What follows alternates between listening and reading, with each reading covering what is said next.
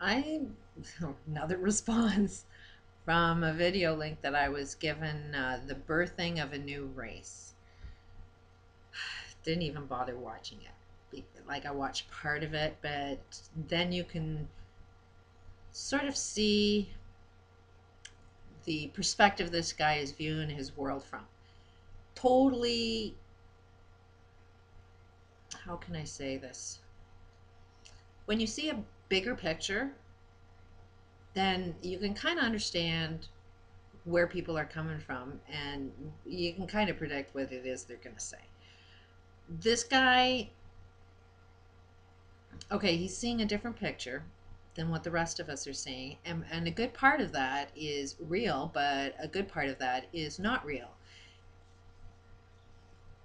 Every part of our reality is both true and false at the same time. It's all a matter of whether you want to believe in something, and what it is you believe you make true, and what it is you don't believe you make not true. The birth of a new race. We don't really understand time yet, space and time.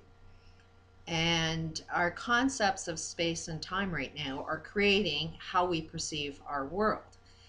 Um, we've gone through cycles, and how can I say, these cycles have sort of created the experience of who we are. Once a lot of them are destroyed, let's just say, okay, if there's a bunch of elite people that can see the Earth is about to be destroyed, they can get a whole pile of spaceships and take off and be far away from what is destroying the planet. But um, if you understand space and time, they didn't really go anywhere. They just thought they were going someplace. Um, and it's almost like an insanity, because you can't run away from yourself, and that's what these people are constantly doing, is running away and never dealing with anything. But in the meantime, they're creating different realities. I mean, if they're in a spaceship and they're out in a different space and time than you and I are, then they're going to have a totally different experience. And while it's working for them, they'll have a belief that, hey, this is working. And throughout our cycles, I mean, we can see that there is huge intelligence within who we are to be human, or even what people perceive us to be, non-humans, aliens. Our imagination is pretty freaking wild. And what it is we create is freaking really, really wild. When you see the massive picture, it's like, okay, how do you even begin to describe it? Is there a new race? And yeah, we have the potential to create a completely new race. We have a potential to create an endless amount of new races if we want. And we have the potential to completely destroy ourselves if we want to. Some will want to survive, and the way they survive is creating another evolution of themselves. They're creating their own alien race. And if they end up surviving and all others die, then you would think that that's the correct path to go into. But regardless, anything that you see as alien, it's just alien to you. You don't have a comprehension of it. You don't have an understanding of time and space. And there's nothing really out there more than, a couch is in my living room, but that couch is outside of me. It's still me in my world, but it's how I experience my world. So to go out even bigger than my house, to go outside my door into my community, where I am right now is still within my community, but I don't sort of live within my community until I go outside my door. But it's still within my time frame of now. It's a matter of where I want to place myself in my experience of my now moment. So to go out into, outside of your community or go outside your world, it's still who you are, but who you are in a totally different experience.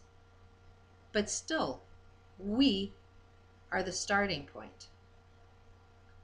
And if we got rid of our concepts of what time and space is, how would our world change? Can you be in one place at the two places at the same time?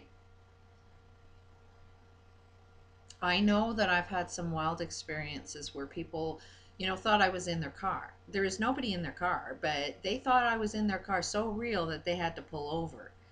I've had that experience an awful lot, that apparently I'm in a lot more places than I think I am.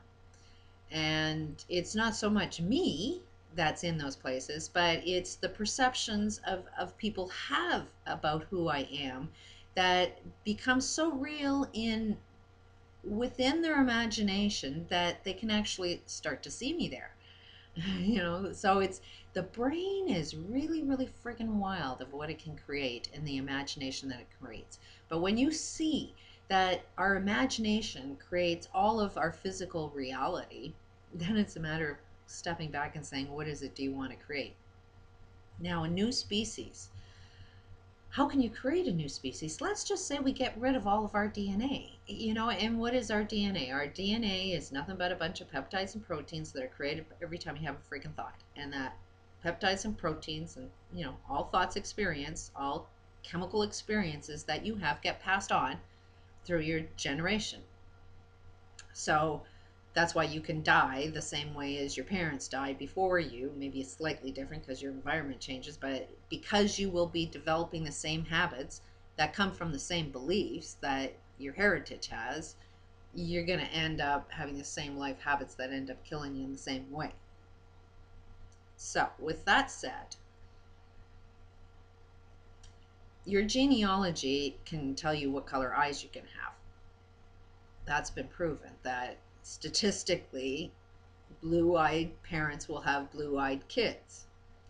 It's not too often that you get generation after generation with just blue eyes and then they start having brown-eyed kids. It doesn't happen. You have to have a mix of somebody with brown eyes in there. What does it take to make somebody with blue eyes? They have to know what it's like to have blue eyes. They got to know, what is your DNA? It's a chemical experiences of who you are. So in order for you to have an experience, you have to have a belief. And your belief creates a behavior, an expectation of what you want out of life. What your eye color does is how much light comes into your brain. That's what judges what color of your eyes are, is how much light gets into your friggin' brain so you can see and perceive things from. If your eye changes how much light it takes in, that's when you end up changing the color of your eye. So if you perceive your world differently, completely different, you can change the color of your eyes. It is just your DNA, which means you just have to change how you perceive yourself in the world from a blue-eyed person's perspective or from a brown-eyed person's perspective. That's a lot of DNA to get over. That's a lot of life experiences that you have to work yourself through. You have to find out who is the start of this whole game and where did they all believe and how did they want to perceive their world? Was their world, how their perceptions were they right? You have to go through your whole entire genetic history to find out what made you feel like you should, have blue eyes, and what is it like to have brown eyes. You can't change from being a blue-eyed person into a brown-eyed person until you actually know what it feels like to have brown-eyed experiences. If you haven't even got the comprehension, you don't have the experience of it, then you can't create that for yourself. So you got to kind of have an idea of what it's like to be who you want to be in order to create yourself into that kind of being. With all that said, if you can't get it by now that humanity is about to make a massive change, you may want to wake up, because we're all friggin' changing. As we get into a stage of truth and as we find out everything we believe to be true is actually completely false.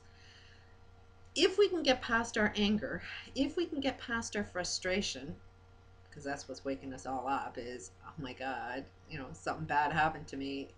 Oh my God, something I trusted in wasn't exactly true. So when that happens to you, you're going to be real pissed off and real angry. You can't escape that. That's kind of human nature. Or should I say, in history, that's how we've behaved before. But it doesn't necessarily have to be true. When some bad shit happens to you, you can step back and say, oh, I just got schooled. I just got educated. That wasn't too true, but something else is true. You're going to be mad until you find your new truth. But if we can do that, if we can not be pissed off through the process, if we can sort of see a bigger picture, it's what do you want to turn into? And when we globally can decide whatever it is that we want to turn into, that's what we're going to create. Now, we might split off into different little races and then create a lot more different types of aliens, but they're ultimately going to be coming from here. And they'll be traveling in a different space and time, because, well, you have to understand what space and time is, but anybody who has a spaceship and wants to take off while we have some solar flares and keep themselves safe and develop a bunch of technology, so technology is smarter than you, you'll find out technology is just you got to learn how to shut that technology off, because it's not going to be any smarter than you. It's going to be just as dumb as you, but you won't notice it because it may be working for you. But that's going to be one form of race. And whoever's developed any kind of technology that ends up getting them escaping off this planet because it came here, somebody else knows about it. It's in the DNA. Our DNA is nothing but spinning pieces of information. Every time your skin sheds, your DNA is in your skin cells that go off into the air. So every time you're breathing some air, you're breathing in somebody else's DNA, and that DNA is nothing but spinning pieces of information. You can kill somebody off, but you can't get rid of their friggin' DNA, and their friggin' DNA has history. That is where our history books lie, is in our DNA, and our DNA is in the friggin' air. That's called the information field. So no technology that has ever been created by man is actually out there that isn't here first. We know it. It's a matter of, breaking the code of the DNA to be able to put it in text so you can understand it, but it is possible. Most, if you can communicate with autistic kids, they are the ones that, are going to be able to tap into that because they're more tunnel vision and can access information from one specific source. But there is a way of doing it even bigger and better and more widespread. And this 2012 thing, we are about to create a new race, but you need to decide what kind of race you want to be. The one that survives and survives in a happy life, or the one that's trapped in your own friggin' jail. Peace out.